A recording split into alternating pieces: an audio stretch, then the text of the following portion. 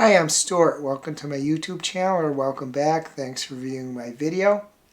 In this video, I'm going to do the Booktuber Bio Tag. I was tagged in videos by Pat at Book Chat with Pat and Kelly at Books I'm Not Reading. They both said some very nice things about me in their videos, so thanks for tagging me and thanks for the nice things you both said about me.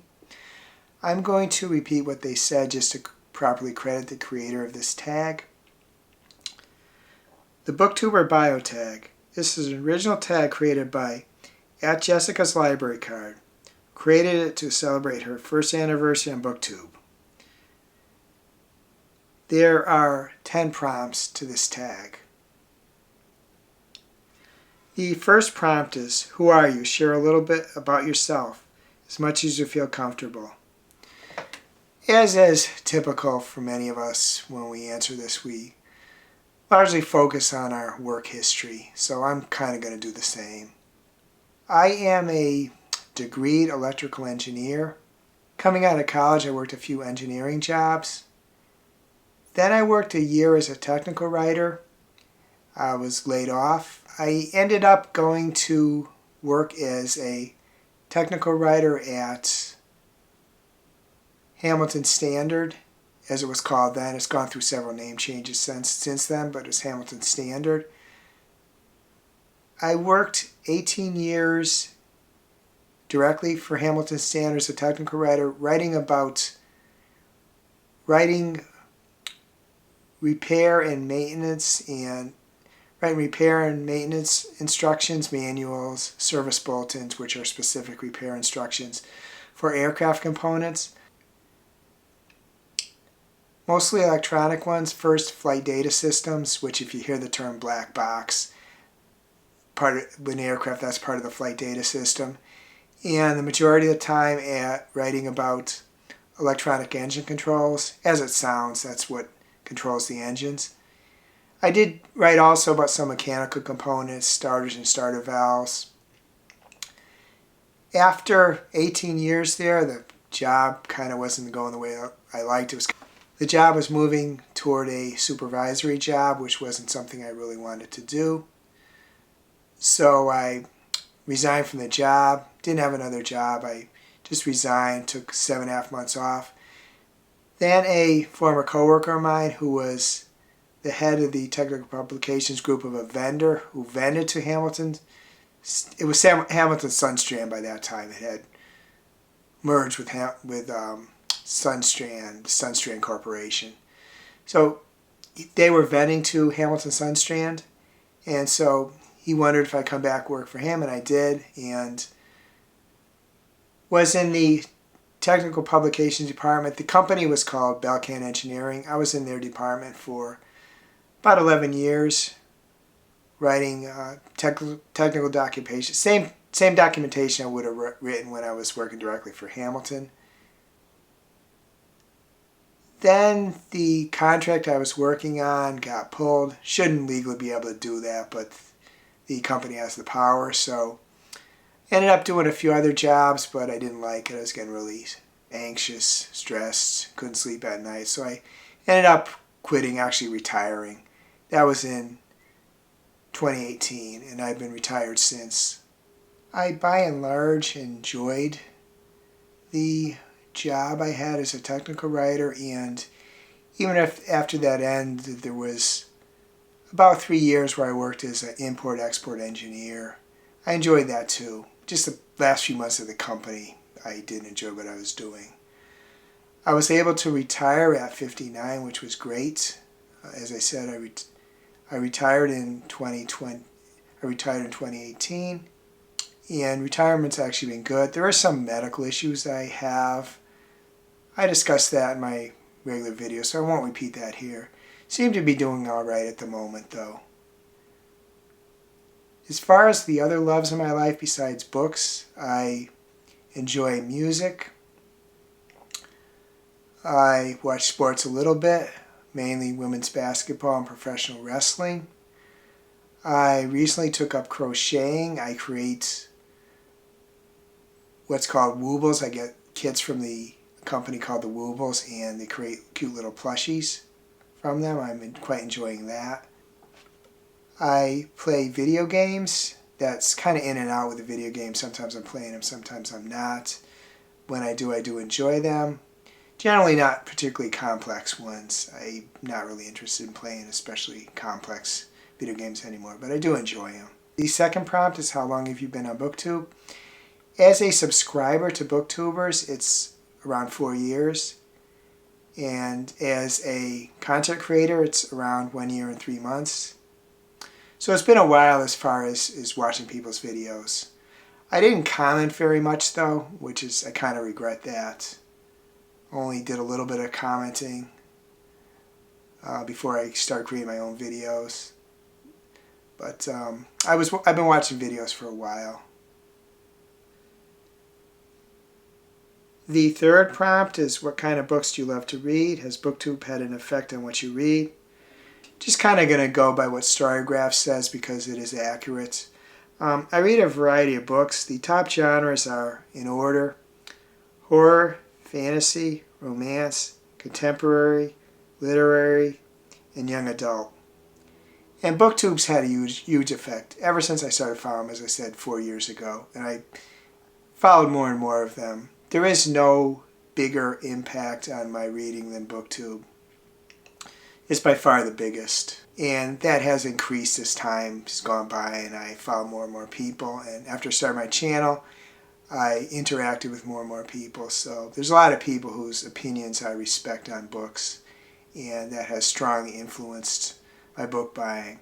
When I go into Barnes & Noble, which is the main, actually now the only physical bookstore besides going to the book department at Target on occasion, I will just pick up books that, the cover catches my eye, I look at the synopsis and I pick it up, but mostly I'm influenced by BookTube videos. And when I do go to Barnes & Noble, sometimes the fact that somebody talked about a video, I see the cover, it takes something in my mind and I pick up the book. And I belong to 5 book clubs now, online book clubs, and that's all because of BookTube. 4 of them are Fable book clubs that are moderated by booktubers I follow. And one of them is a YouTube book club that is moderated by a couple of booktubers I follow. So the book clubs were also influenced by the booktubers I follow, subscribe to. The fourth prompt is, what do you enjoy about making BookTube videos? I most enjoy deciding what I'm going to say. Sometimes I just decide what I'm going to say when I'm filming. Sometimes I decide beforehand, but just figuring out what I'm going to say, what I'm going to talk about when I do review videos, or what I'm going to say when I do tag videos. I enjoy reading and replying to comments I get to. It's nice to see there's engagement on my videos. The actual making of the videos themselves, it's still sometimes seems to be like a bit of a job. Certainly doing so has gotten easier, but it still sometimes seems to be a bit of a job to me. I would like it to be as if I'm conversing to a person, as if I was sitting across the table from them, and I have moved in that direction, but I'm not quite fully there yet. The fifth question is, what do you not enjoy about making BookTube videos? That's editing. It is tedious. There is no way getting around that. I don't speak when I record my videos in a way that I don't need to do a fair amount of editing. There's too many little pauses. I don't have as many likes, things of that nature as I thought I might, but there is a lot of pauses that I just feel the need to get rid of a lot of them. Otherwise, there would just be too many pauses if I just published the videos largely as they were.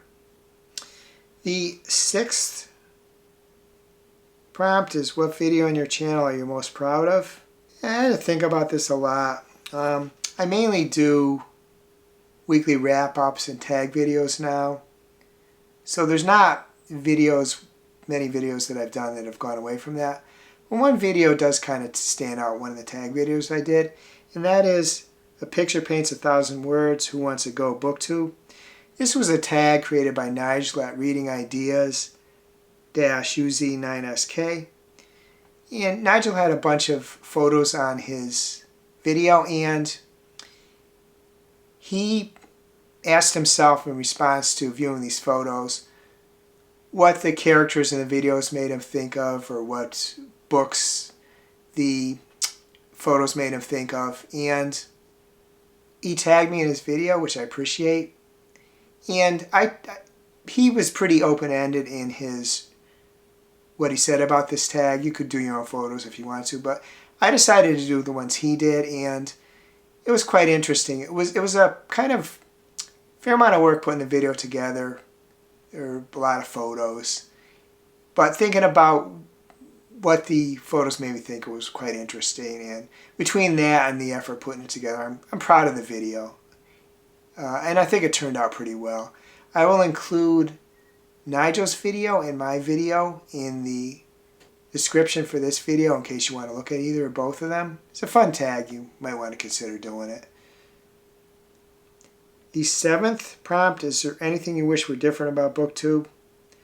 Well, like a lot of us, for BookTube, for YouTube in general, I would like if they provided a little better explanation about the algorithm was looking for.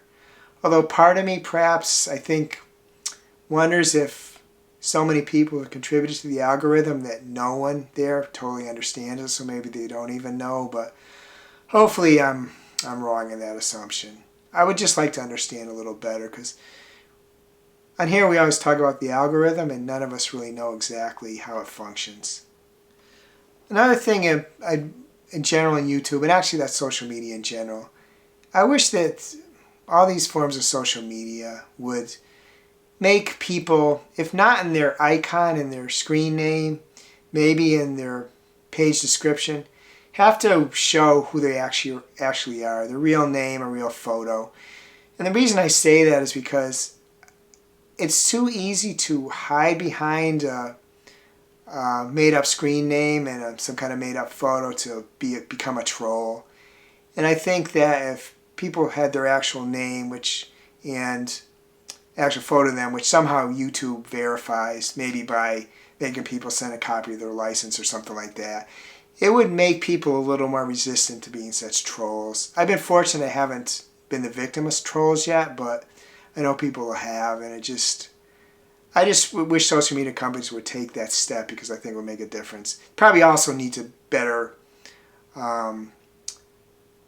police the systems themselves, but I think just making people show their true selves would go a bit of a ways. Fair ways, I think, towards preventing trolls.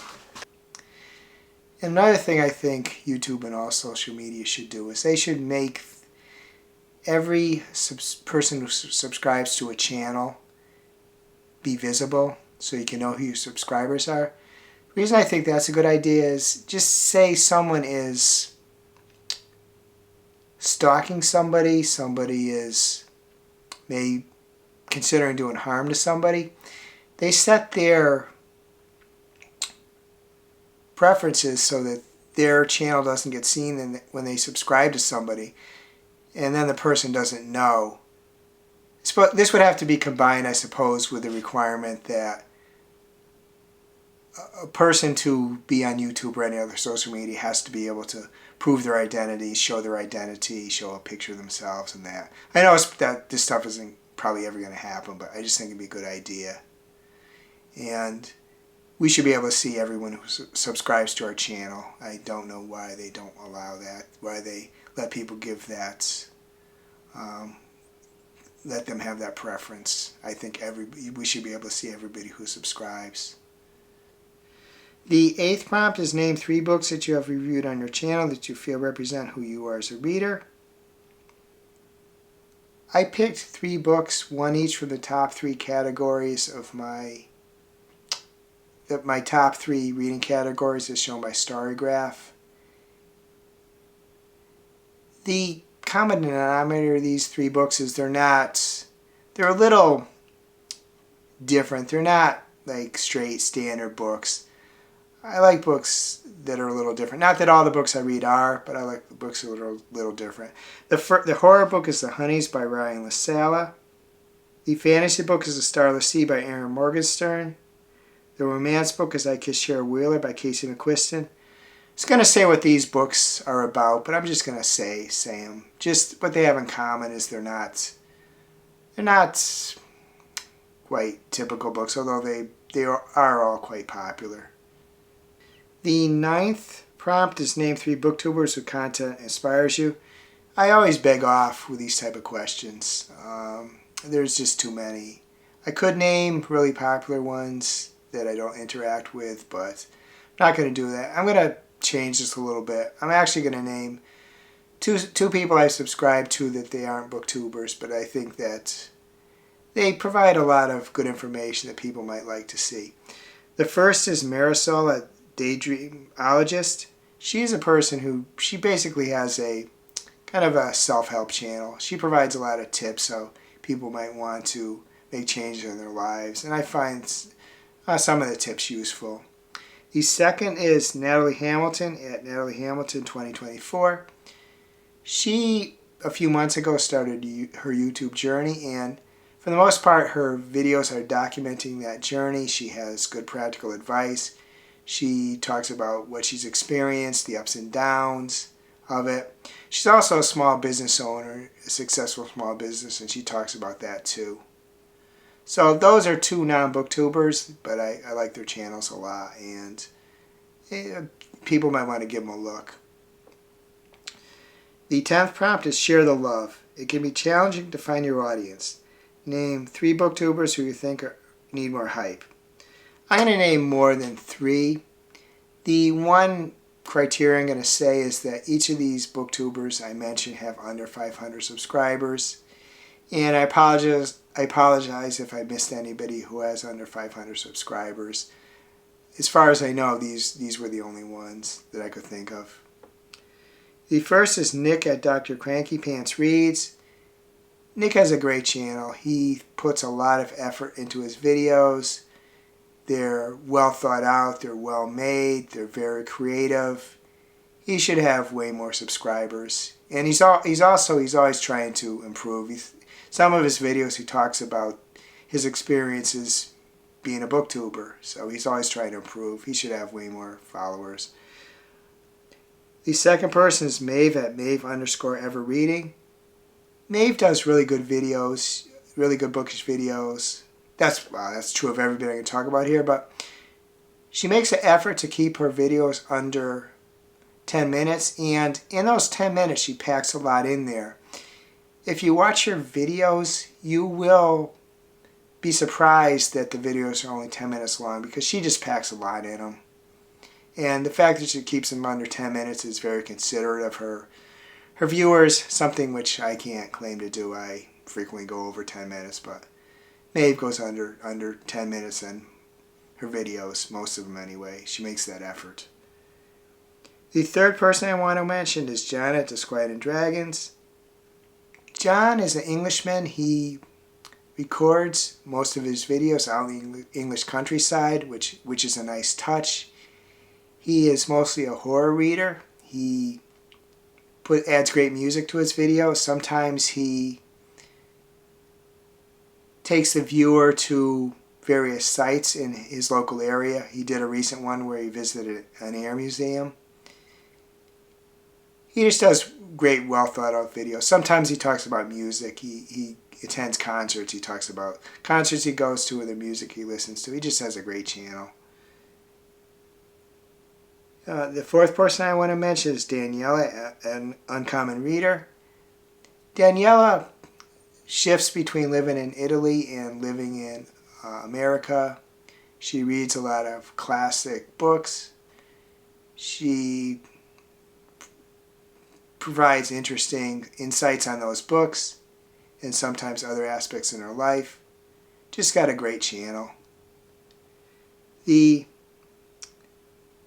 fifth person I want to mention is Elaine at Cobalt Dragon. Elaine has a lot of great bookish content. She talks about books. She does readings of fairy tales. She also has some really great videos about cats. She and her husband have several cats, but they also provide shelter and food for some feral cats. So there's just a lot of cat content on there too, and I love cat content. And bookish content is really good too. The sixth person I want to mention is Jen at Literally Love 123. Jen is a degreed. Jen has a master's degree in literature, and she applies that master's degree in her discussion of horror, which is her favorite genre. She just has a lot of great bookish videos and the insight she can give through her degree. And she also teaches online courses in literature. Just an interesting channel. The seventh person I want to mention is Kayla V at Reading with Kayla V.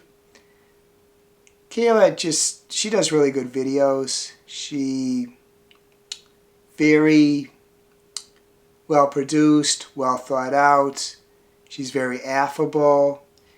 I am a little concerned though because she hasn't done a video in over a month, and sometimes I think people get discouraged when their views and subscribers aren't going up quick enough. So I'm a little concerned, but I really like her channel, and hopefully she'll do some more videos. The eighth person I want to mention is Brian at Adventures in Literature. Brian reads a variety of books. He publishes a lot of videos. He has a really